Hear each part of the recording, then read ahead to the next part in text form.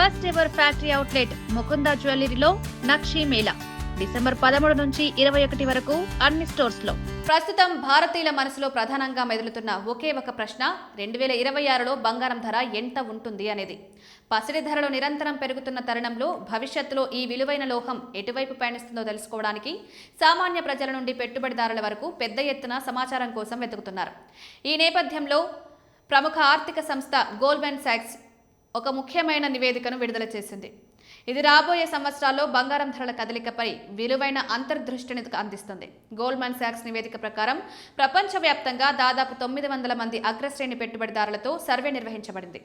ఈ సర్వేలో పాల్గొన్న వారిలో 70% మంది వచ్చే ఏడాది కూడా బంగారం ధరలు మరింత పెరుగుతాయని బలంగా విశ్వసిస్తున్నారు.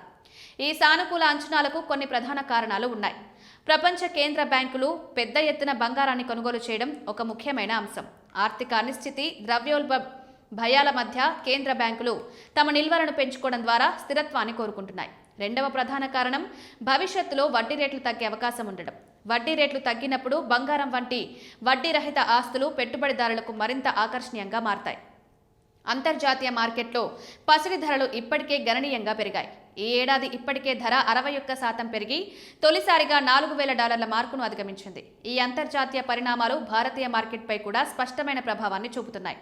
భారత మార్కెట్లో బంగారం ధరలు నిరంతరం పెరుగుతున్నాయి.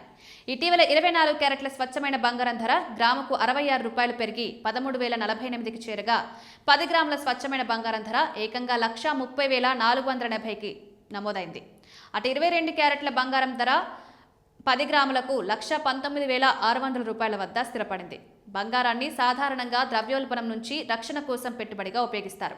24 క్యారెట్ల బంగారం ఎక్కువగా పెట్టుబడి ప్రయోజనాల కోసం ఉపయోగించబడుతుంది. అయితే 22 క్యారెట్లు లేదా 18 క్యారెట్ల బంగారు ఆభరణాల తయారీకి ప్రాధాన్యతనిస్తుంది. ఈ ధరల పెరుగుదల దేశంలోని ప్రధాన నగరాల్లోనూ స్పష్టంగా కనిపించింది. హైదరాబాద్, ముంబైలో 10 గ్రాముల 24 క్యారెట్ల బంగారం ధర ₹130,480గా ఉంది. చెన్నైలో ఇది ₹131,670తో అత్యధికంగా నమోదైంది. మొత్తం మీద చూస్తే బంగారం ఇప్పుడు కేవలం ఆభరణం మాత్రమే కాదు, అంతర్జాతీయ ఆర్థిక అనిశ్చితి, ద్రవ్యోల్బణం భయాల మధ్య పెట్టుబడిదారులకు సురక్షితమైన పెట్టుబడి సాధనంగా మారింది. కేంద్ర బ్యాంకులు తమ నిల్వలను పెద్ద ఎత్తున పెంచుకోవడం, పెట్టుబడిదారుల విశ్వాసం, ఈ రెండు అంశాలు కలిసి పసిడి ధరలను రికార్డు స్థాయికి తీసుకువెళ్తున్నాయి. భవిష్యత్తులో వడ్డీ రేట్ల తగ్గింపుపై ఉన్న అంచనాలు నిజమైతే బంగారం ధరలు మరింత పైకి చేరే అవకాశం ఉందని మార్కెట్ నిపుణులు అంచనా వేస్తున్నారు.